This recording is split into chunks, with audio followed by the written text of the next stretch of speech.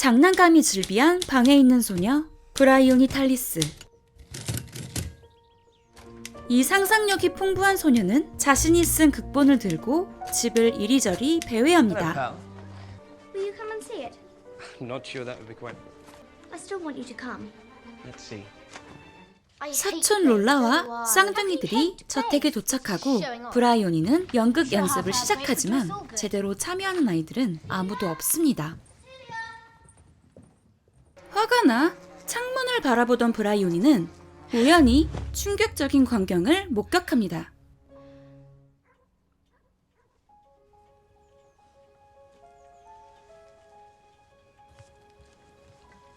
Years of student life. How else do you become a doctor? Get a fellowship now, couldn't you? I don't want to teach. You're first. I said I'd pay your father back. That's not what I meant at all. The flowers. I'm all right. Take the flowers. I'm all right.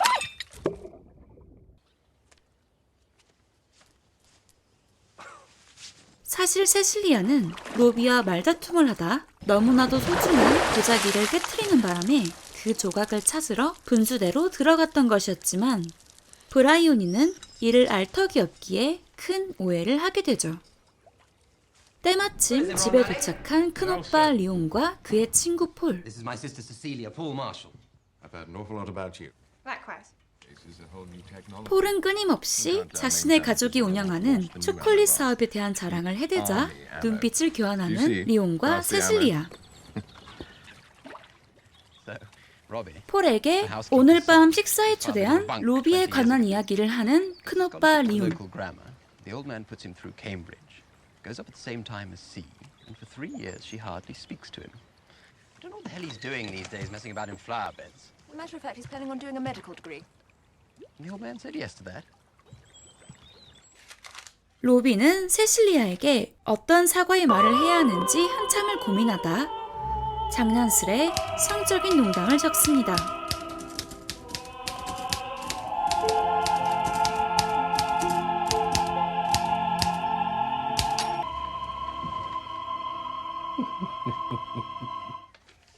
그러나 이내 진심을 담아 사과의 편지를 제대로 쓰죠. You'd be forgiven for thinking me mad the way I acted this afternoon. The truth is, I feel rather light-headed and foolish in your presence, see, and I don't think I can blame the heat. Will you forgive me? Robbie? 저녁 식사가 있는 탈리스가로 향하는 길. Riley, is that you? Could you run ahead? 언니 세실리아에게 사과의 편지를 전해달라고 부탁합니다.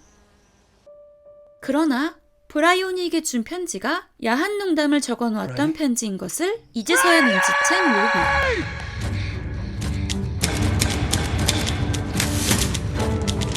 I wrote a play, Leon. I wanted to do a play for you. Wasn't there an envelope? It was a mistake. Bryony read it. But I'm so sorry, it was the wrong version. Yes. 민망한 분위기가 전해져 오는 순간 I thought if you went away to medical school, then I'd be happy, but I don't know how I could have been so ignorant about myself. 하지만 이 편지는 오히려 로비와 세실리아 두 사람 마음 깊숙한 곳에 숨겨져 있던 사랑을 일깨워주죠. He's a sex man. 한편 브라이오니는 편지의 내용을 롤라에게까지 말해버립니다. Do you think so? 식사를 하러 내려가다 저 멀리 반짝이는 언니의 머리핀을 발견한 브라이오니. 이 소녀는 호기심의 서재로 발걸음을 옮깁니다. 그리고 그곳에서 언니와 로비가 사랑을 나누고 있는 것을 발견하죠. Have you seen the twins recently? They didn't look very happy last time I saw them, poor little chaps. You know nothing about it. I can't imagine what's got into you. I've never known you be so rude. 브라이오니는 침대 위에서 쌍둥이들이 남기고 떠난 편지를 발견합니다. 그렇게 온 집안 사람들이 그들을 찾기 시작하죠.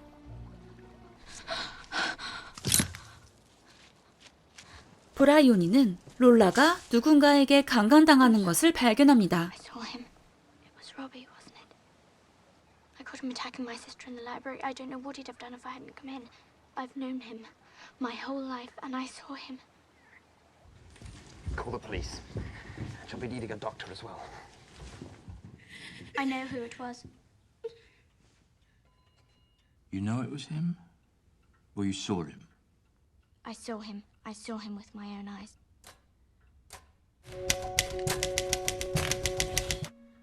No, you should not.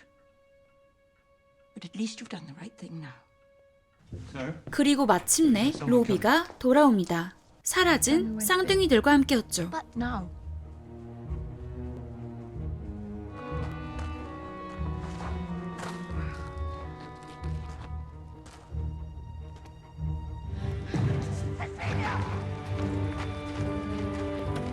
결국 로비는 브라이오니의 진술에 의해 경찰에 잡혀가게 되고 그렇게 4년이라는 시간이 흘러버리고 맙니다. Tout au commencement de la retraite, il y avait une attaque de Panzer et j'ai été séparé de ma section. How come a tough like you talks French and everything ends up a private? They gave me a choice: stay in prison or join the army. 6개월 전 그날을 상상하는 로비. 너무 많은 것이 바뀌어버렸습니다. Owe me anything. Robbie, didn't you read my letters? Had I been allowed to visit you, had they let me every day, I would have been there every day. Yes, but if all we have rests on a few moments in a library 3.5 years ago, then I'm not sure. Robbie, look. I don't know if... Look at me. Come back. Come back to me. 의사의 길을 걷고 있던 로비는 강간범이 되어 전쟁터로 가게 되었고 세실리아는 부와 명예를 버리고 가족들과 인연을 끊은 채 간호사가 되어버렸습니다. The one I had been planning on that evening walk. I can become again the man who once crossed the Surrey Park at dusk in my best suit, swaggering on the promise of life. I will return. Find you, love you, marry you, and live without shame. 그리고 로비와 동료들은 드디어 이곳 덩케르크에 도착합니다. 집으로 돌아가기만을 손꼽아 기다리는 젊은 청년들의 모습이 보입니다. White clapboards, blue painted window frames. 그러나 덩케르크에 도착한 로비의 상태가 매우 좋지 않습니다. 이곳에 누워 세실리아와 미래를 약속했던 별장을 그리고 과거를 생각합니다.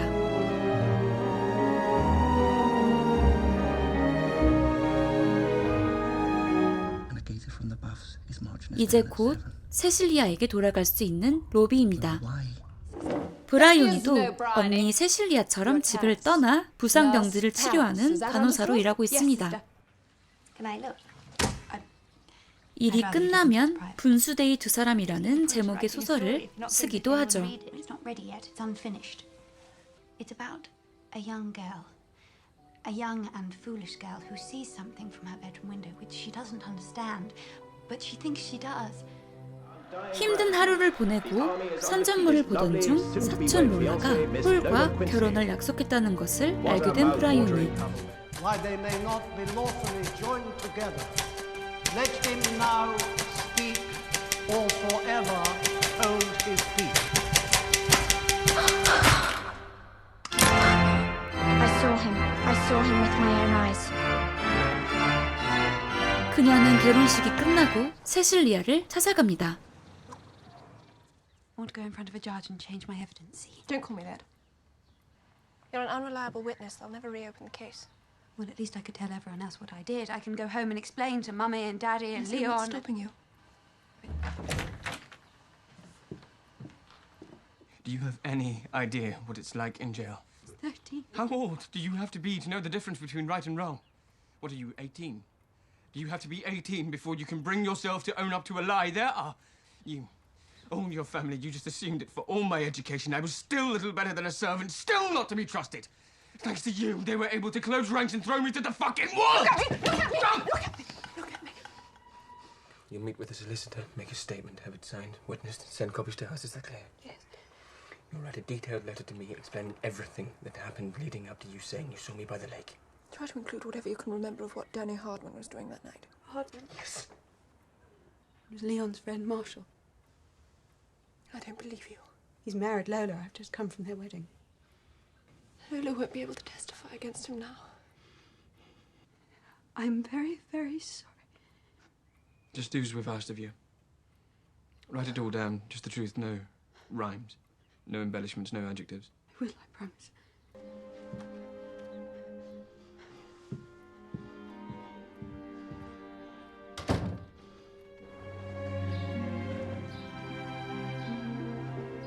이때 영화는 갑자기 한 노인 여성을 비춥니다. Atonement. My last novel. Because the novel is autobiographical, is that right? Yes, entirely. I haven't changed any names, including my own. I had, for a very long time, decided to tell the absolute truth. No rhymes, no embellishments.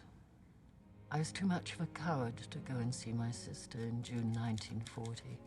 Robbie Turner died of septicemia at Bray Dunes on June the 1st, 1940, the last day of the evacuation. And I was never able to put things right with my sister Cecilia because she was killed on the 15th of October, 1940, by the bomb that destroyed the gas and water mains above Balham Tube Station. My sister and Robbie were never able to have the time together. So in the book, I wanted to give Robbie and Cecilia what they lost out on in life. I'd like to think this isn't weakness or evasion, but a final act of kindness. I gave them their happiness. 이렇게 브라이오니의 소설 어토먼트에서만 존재하는 꿈같은 바닷가 별장에서의 행복한 두 사람의 모습과 함께 영화 어토먼트는 끝이 납니다. 이 영화가 많은 관객들이 눈물을 펑펑 흘리게 한 데에는 충격적인 반전이 큰 기여를 했기 때문이었습니다.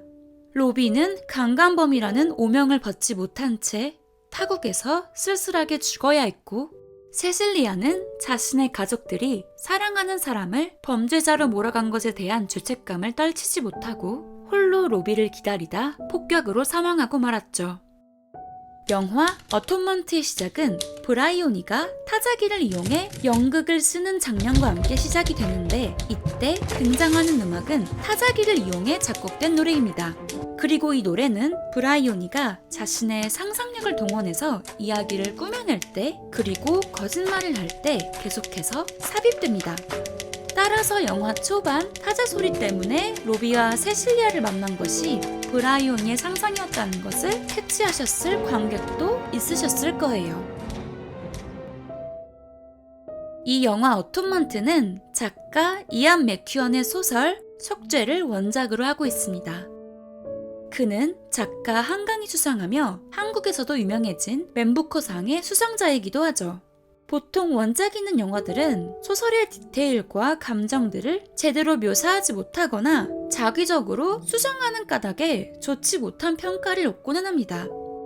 하지만 제가 원작을 읽으면서 정말 놀랬던 점은 감독 조 라이트가 원작에 뒤떨어지지 않는 작품을 완성했다고 느꼈기 때문이었습니다. 그의 이전작 오만과 편견이 제인 오스틴의 오리지널에 정말 충실한 작품이었다면, 어토먼트는 소설 속죄를 멋지게 재해석한 영화라고 할 수 있을 것 같아요. 원작에 대해 조금 더 말씀드리자면, 소설에서는 로비와 세실리아가 왜 갑자기 머쓱한 사이가 되었는지에 대한 묘사가 조금 더 자세하게 설명이 됩니다. 귀족 출신의 아가씨 세실리아와 그런 세실리아의 집에서 일하는 부모님에게서 태어난 로비, 이 두 사람이 명문 캠브리지에 합격하고 난 뒤 느껴야 했던 거리감이 바로 그것입니다. 어렸을 적부터 서로 사랑을 느꼈던 두 사람이었지만 사회적 격차와 타인의 시선으로 인해 자신들의 진심을 숨기고 있다가 로비의 외설적인 편지가 억눌려 있던 그들의 사랑을 폭발시킨 셈이죠. 어톤먼트 최고의 명장면이자 전쟁 영화에서 가장 인상 깊은 전쟁 씬을 꼽을 때 항상 언급되는 덩케르크 원테이크 씬과 같은 전쟁 묘사가 소설 속에서는 굉장히 사실적으로 서술되어 있습니다.